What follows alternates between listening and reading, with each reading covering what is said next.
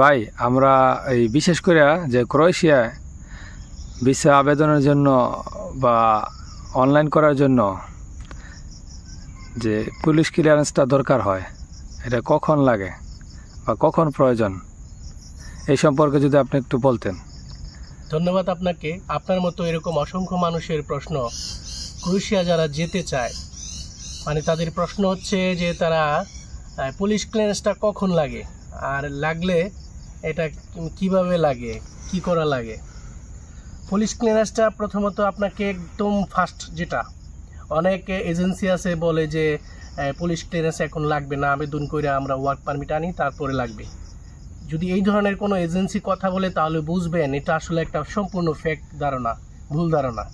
Police ক্লিয়ারেন্সটা মূলত একেবারেই প্রথম লাগে আবেদন করার সময়। আপনার প্রতিনিধি বা আপনার এজেন্ট যখন ক্রোয়েশিয়াতে আবেদন করবে ওয়ার্ক পারমিটের জন্য, অনলাইন হওয়ার জন্য, ঠিক তখনই আসলে ওয়ার্ক পারমিট লাগে, পুলিশ ক্লিয়ারেন্স লাগে। পুলিশ ক্লিয়ারেন্সটা আপনি আপনার নিজ জেলা থেকে আপনারা আবেদন করবেন। আবেদন করে সেই পুলিশ ক্লিয়ারেন্সটা নিয়ে আপনি কোনো লোক মারফত অথবা আপনার কোনো এজেন্টের মারফত পুলিশ ক্লিয়ারেন্সটা দিল্লি, ঢাকা এমবিসি এবং ক্রোয়েশিয়া এমবিসি দুটো থেকেই অ্যাটেস্টেড করাতে হয়, এবং অ্যাটেস্টেড করানোর পরে সেই পুলিশ ক্লিয়ারেন্স দিয়ে অ্যাপ্লিকেশনের সময় সেটা লাগে, অথবা আপনার ওয়ার্ক পারমিট যখন বের হবে তখন এই আপনার পুলিশ ক্লিয়ারেন্সটা অবশ্যই জমা দিতে হবে। এবং এটা যাই হোক, এখন আপনারা বুঝতে পারলেন যে কখন পুলিশ ক্লিয়ারেন্সটা লাগে। তো নানান এজেন্ট নানানভাবে আপনাকে বোঝাতে পারে। এজেন্টের ফাঁক ফোকর যদি তারা বলে যে কখনো যে আপনার পুলিশ ক্লিয়ারেন্স এখন দরকার নাই, যখন আপনি নেপালে অথবা ইন্ডিয়াতে গিয়ে ক্রোয়েশিয়ার এমবিসিতে বিএফএসে জমা দিবেন তখন লাগবে, তখন বুঝে নেবেন যে আসলে এই এজেন্ট একেবারেই ফেক, মিথ্যা, ভুয়া।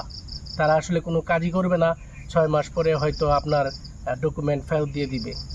আরেকটা বিষয়ে আমাদের অনেকেরই প্রশ্ন যে ক্রোয়েশিয়াতে সময় কীরকম লাগতে পারে। ক্রোয়েশিয়াতে সময় আপনার কমপক্ষে 6 মাস থেকে 2 বছর 3 বছর এরকমও লেগে যেতে পারে। তো এই সময়টা লাগার কারণ হচ্ছে আমাদের বাংলাদেশিরা অনেক দিন ধরেই যাচ্ছে ক্রোয়েশিয়াতে। সেনজেন হওয়ার আগে থেকেই প্রচুর লোক সেখানে যাচ্ছে।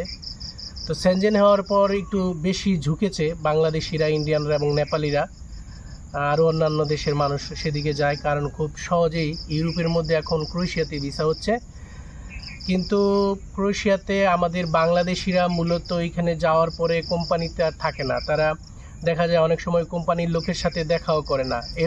এরকমও ঘটনা ঘটেছে যে ক্রোয়েশিয়ার যে কোম্পানি আপনাকে নিয়োগ দিয়েছেন, নিয়োগ করতে আপনাকে এয়ারপোর্টে পিক আপ করার জন্য আসছে, কিন্তু আপনারা দেখা যায় ওইখানে অনেক বাংলাদেশিরাই সেখানে এয়ারপোর্ট ক্রস করার পরে সে নিজে টিকিট কেটে ফ্রান্সে, ইতালি কিংবা জার্মানিতে চলে গিয়েছে বা পর্তুগালে চলে গিয়েছে। তারপর দেখা গেল যে সেই লোকগুলো যখন আর থাকলো না কিংবা দেখাও পর্যন্ত করলো না কোম্পানির সাথে, তখন সেই কোম্পানির ওনারের মনের অবস্থা কি আপনারা বুঝুন।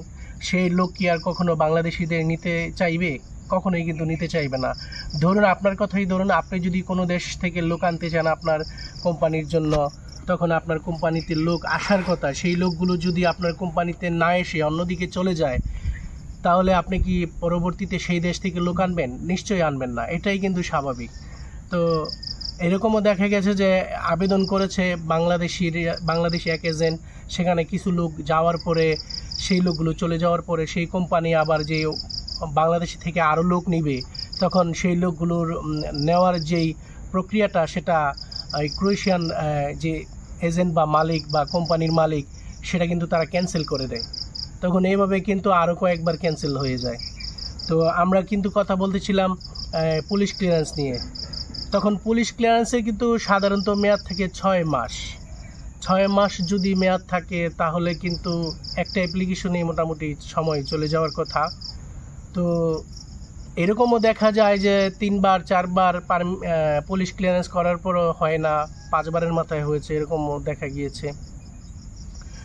তো হতাশ হবেন না আপনারা, কেউই হতাশ হবেন না। কারো ক্ষেত্রে কিন্তু প্রথমবারই হয়ে যায়, কারো ক্ষেত্রে দ্বিতীয়বারও হয়ে যায়, কারো ক্ষেত্রে তৃতীয়বার হয়ে যায়। আবার অনেক ক্ষেত্রে দেখা যায় যে আপনারা সব কিছু প্রপার ডকুমেন্ট জমা দিয়েছেন, কখনো আপনাকে সঠিক সব কিছু সঠিক থাকার পরেও ভিসা দেয় না। এটা কিন্তু ওই দেশের নানান বিষয়ের উপর নির্ভর করে এবং এমবিসির মন মানসিকতার উপর নির্ভর করে। হ্যাঁ, আবার দেখা যায় যে লোকের খুবই প্রয়োজন, হাহাকার চলছে, তখন কিন্তু ভিসার রেশিও খুব ভালো হয়ে থাকে। তো ওভারঅল ইউরোপের অন্যান্য দেশের তুলনায় ক্রোয়েশিয়ার ভিসার রেশিও কিন্তু এখনও পর্যন্ত খুবই ভালো। প্রপার ডকুমেন্ট ঠিক থাকলে ভিসা হওয়ার সম্ভাবনা অনেক বেশি। এবং আপনারা যারা এখনও বসে আছেন বা চিন্তা ভাবনা করছেন যে ক্রোয়েশিয়ার জন্য ট্রাই করবেন, করে ফেলুন দ্রুত, অপেক্ষা না করে। কারণ এটার সময় যত যাবে তত এটার যে টাকা, আপনারা যে এখন পর্যন্ত যারা যাচ্ছে 12 লাখ 13 লাখ 10 লাখ এরকম টাকা নিচ্ছে এজেন্টরা, যতই দিন যাচ্ছে কিন্তু টাকার পরিমাণ কিন্তু বাড়ছে। এক সময় কিন্তু 4 থেকে 5 লাখ টাকায় ক্রোয়েশিয়া যাওয়া যেত, যখন সেটা সেনজেন হয় নাই। সেনজেন হওয়ার পর থেকে 8 থেকে 10 12 এরকম করে কিন্তু আপনার খরচটা বেড়ে যাচ্ছে। অর্থাৎ আমাদের বাংলাদেশি যারা এজেন্ট তারা একটু হয়তো লাভ বেশি করছে, এজন্য এরকম পরিস্থিতি হয়েছে। আর আরও কোনো প্রশ্ন থাকলে কমেন্টে জানাবেন, আমি আপনাদের উত্তর দেওয়ার চেষ্টা করব। ধন্যবাদ সবাইকে।